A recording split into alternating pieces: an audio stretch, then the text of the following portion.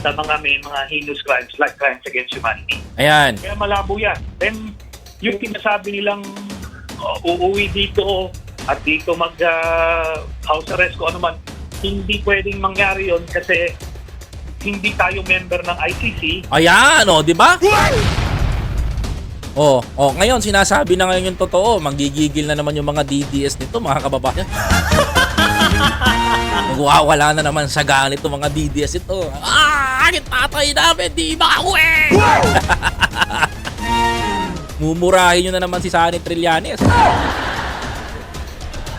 Isusumpa nyo na naman si Sunny, mga kababayan ko, di ba?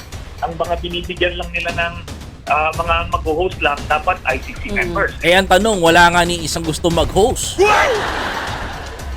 Walang gustong mag-cater kay Digong. Kuban ko din, tinanggal nila.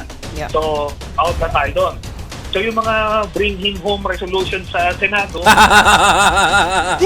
Bring him home. Anong tawag doon? yung mga Duterte senators, pampaasa lang nila yan at dun sa mga papalubag loob dun sa mga supporters nila, pero alam nilang hindi na mangyayari yan. Ayan, di ba? Pampalubag loob, di ba? Sabi ko nga sa inyo, nagtataka nga ako eh. Yung mga senador gumawa ng resolution. Resolution 144 na nagsasabi do for humanitarian consideration. And I quote, humanitarian consideration.